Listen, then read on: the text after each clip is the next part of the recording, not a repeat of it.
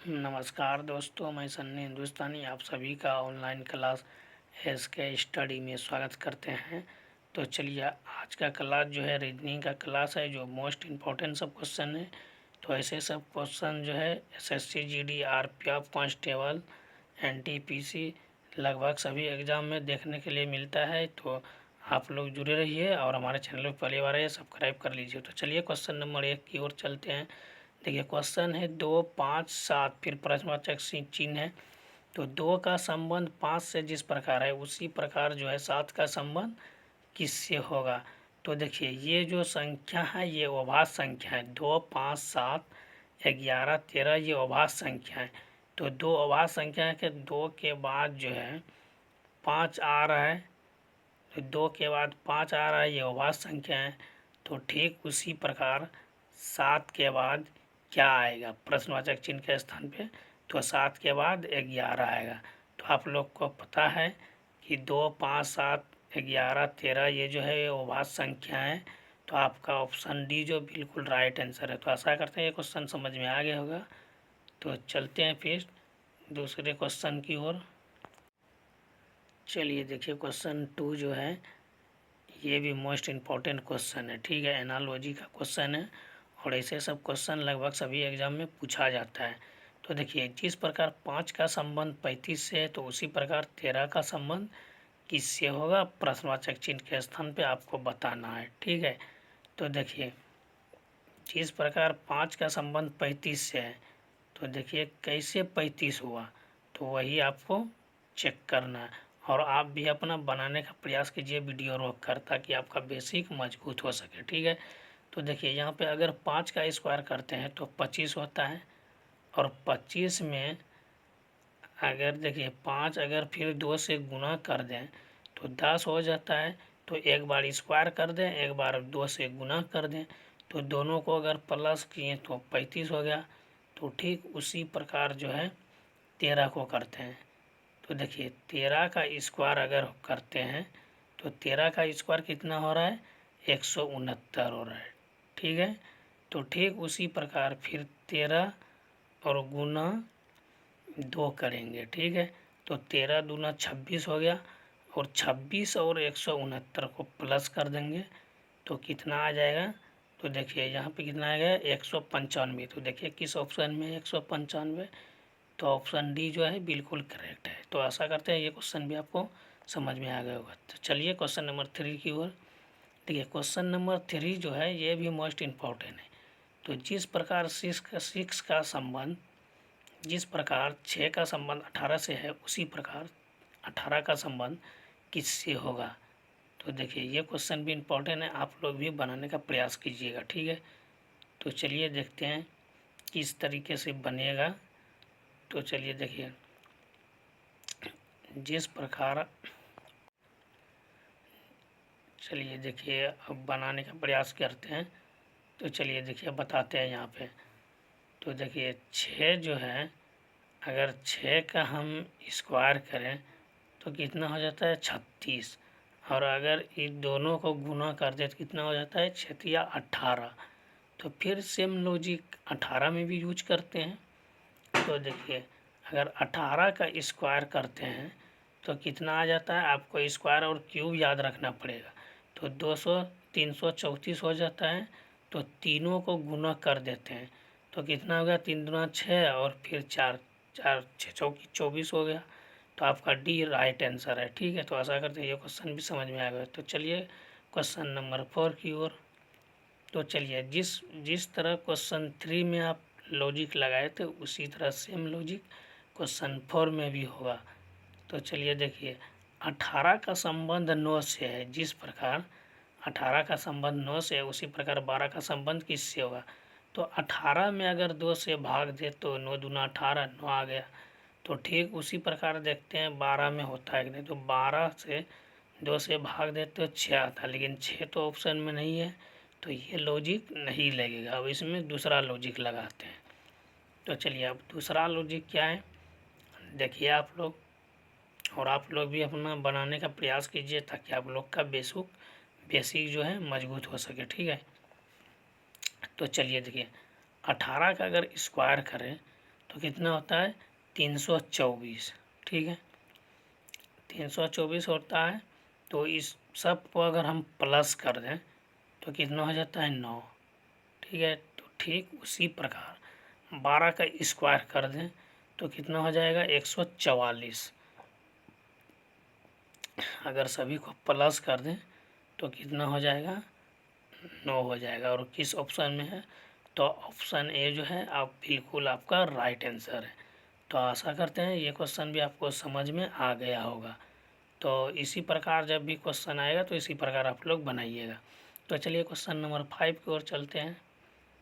देखिए question number 5 जो है ये भी मोस्ट इम्पॉर्टेंट है। तो देखिए 6 जैसे 6 है, 6 का जिस प्रकार संबंध 18 से है उसी प्रकार 4 का संबंध किससे है, प्रश्नवाचक चिन्ह के स्थान पे आपको बताना है। तो चलिए देखिए 6 का अगर 3 से गुना करते हैं 6 को तो 6 या 18 हो जाता है। और 4 को अगर 3 से गुना करें तो 4 या 12 हो जाता है। लेकिन 12 तो आंसर में है ही नहीं, तो ये लॉजिक नहीं लगेगा, इसमें दूसरा लॉजिक लगेगा। तो चलिए देखिए दूसरा लॉजिक क्या है। देखिए दूसरा लॉजिक देखिए 6 का अगर स्क्वायर करें तो कितना हो जाता है 36। दोनों को गुना कर दें 6 या 18 हो गया। तो ठीक उसी प्रकार अगर 4 का हम स्क्वायर करते हैं तो कितना हो जाता है 16 हो जाता है। अगर 16 को गुना करें तो कितना हो जाता है, तो 6 हो जाता है। तो 6 किस ऑप्शन में, ऑप्शन ए आपका बिल्कुल राइट आंसर है। तो आशा करते हैं ये क्वेश्चन भी समझ में आ गया होगा। चलिए क्वेश्चन 6 की ओर चलते हैं फिर। ये क्वेश्चन भी मोस्ट इम्पॉर्टेंट है। ठीक है, तो जिस प्रकार 5 का संबंध 21 से है उसी प्रकार 6 का संबंध किससे होगा, प्रश्नवाचक चिन्ह के स्थान पे आपको बताना है। तो चलिए देखिए किस तरीके से इसको सॉल्यूशन करते हैं। अगर 5 को 4 से गुना करें तो 20 हो जाता है। अगर प्लस 1 कर दें तो 21।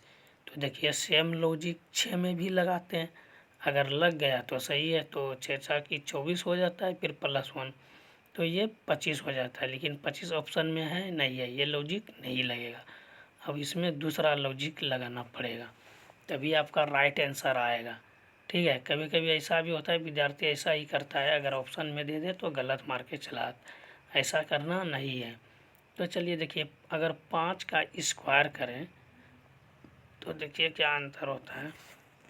देखिए ऐसे सब क्वेश्चन में जो है स्क्वायर क्यूब प्लस माइनस करके आपको चेक करना पड़ेगा, तभी आपका राइट आंसर आएगा। ठीक है, तो देखिए यहाँ पे जो है अगर इसको 3 और 2 को 1, 2 और 1 को प्लस किए तो 3 आ गया। फिर 5, 3, 6 तो आगे क्या आएगा, ये डिफरेंस देखिए कितना का है।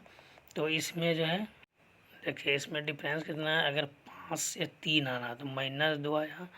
फिर 3 से अगर 6 आएगा तो यहाँ पे -3 आना चाहिए, लेकिन 6 से -2 तो 4 आएगा। तो 4 तो आपका आंसर नहीं है। तो देखिए तो 2 + 2 4 होगा। तो 22 आपका राइट आंसर है। समझ में आ गया, आशा करते हैं ये क्वेश्चन भी समझ में आ गया आपको। तो बिल्कुल आपका 22 आंसर है, option A is the right answer. Okay, तो समझ में नहीं आया होगा तो कमेंट अवश्य कीजिएगा, कोई भी डाउट है कमेंट कीजिए। ठीक है, तो चलिए क्वेश्चन 7 की ओर चलते हैं फिर। तो देखिए 7 का देखिए क्वेश्चन, जिस प्रकार 2 का संबंध 7 से है उसी प्रकार 6 का संबंध किससे होगा, यह आपको प्रश्नवाचक चिन्ह के स्थान पे बताना है। ठीक है, तो चलिए देखते हैं किस प्रकार क्वेश्चन बनेगा। चलिए देखिए यहाँ पे आप लोग भी बनाने का प्रयास कीजिएगा, जब तक आप लोग नहीं बनाने का प्रयास कीजिएगा तो नहीं बनेगा। तो 2 का स्क्वायर करते हैं तो 4, 4 में +3 करेंगे तो 7। तो फिर सेम लॉजिक 6 में भी यूज करते हैं। अगर हम 6 का स्क्वायर करें तो कितना आ जाता है 36। और 36 में अगर हम +3 करें तो कितना आ जाएगा 39। तो आपका राइट आंसर क्या होता है, तो option B is the right answer. तो आशा करते हैं ये क्वेश्चन भी आपको समझ में आ गया होगा बिल्कुल अच्छे तरीके से। तो चलिए क्वेश्चन नंबर 8 की ओर। ये भी मोस्ट इम्पॉर्टेंट क्वेश्चन है। और जिस प्रकार 24 का संबंध 2 से 88 से है, उसी प्रकार 16 का संबंध किससे होगा, प्रश्नवाचक चिन्ह के स्थान पे आपको बताना है। और ये क्वेश्चन मोस्ट इम्पॉर्टेंट है, आप लोग भी वीडियो रोक कर बनाने का प्रयास कीजिए।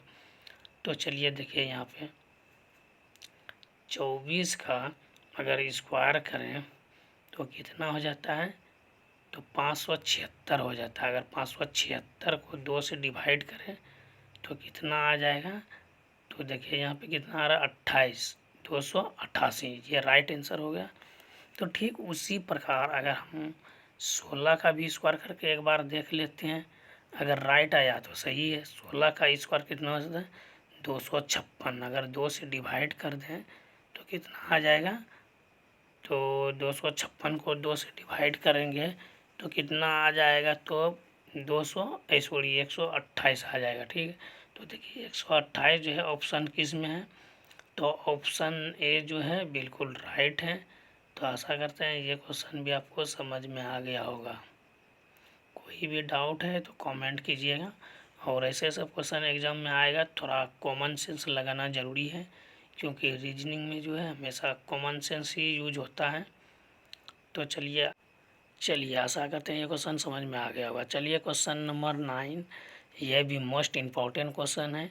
और ऐसे सब क्वेश्चन जो है सभी एग्ज़ाम के लिए इम्पोर्टेंट है, तो आप लोग जो है बनाने का भी प्रयास कीजिएगा और समझने का भी प्रयास कीजिएगा। देखिए जिस प्रकार 42 का संबंध 18 से है, उसी प्रकार 85 का संबंध किससे होगा, ये प्रश्नवाचक चिन्ह के स्थान पे दर्शाया गया है। ठीक है, अब दर्शाइएगा मतलब बना के बताइएगा प्रश्नवाचक चिन्ह के स्थान पे कौन सा संख्या आएगी। तो चलिए आप भी अपना वीडियो रोक कर बनाने का प्रयास कीजिए और हम भी यहाँ पे आपको समझाने का प्रयास करेंगे। तो चलिए देखिए 42 को अगर गुना कर दें हम तो कितना आ जाएगा, तो गुना करेंगे तो 8 आ जाएगा। अगर जोड़ेंगे तो 6 आ जाता है। अगर 6 को हम 3 से गुना करें तो 18 आ जाएगा। तो उसी प्रकार अगर हम 85 को प्लस कर दें तो 8 और 5 13 हो जाता है। और 13 को अगर 3 से गुना करेंगे तो 13 कितना होता है, 3 बार पढ़िएगा तो 39। लेकिन ऑप्शन में तो 39 है ही नहीं, लेकिन ये रूल नियम नहीं लगेगा। अब दूसरा मेथड से बताना है। ठीक है, तो कभी कभी ऐसा भी होता है कि अगर ऑप्शन में दे दें तो आप ऑप्शन मार दीजिएगा, लेकिन थोड़ा चेक करके ही ऑप्शन लगाइएगा। ठीक है, तो चलिए दूसरा रूल नियम देखते हैं क्या होता है। अगर 42 को 24 माइनस करें तो कितना आ जाता है, 18 आ जाता है। ठीक है, फिर सेम लॉजिक लगाते हैं 85 में।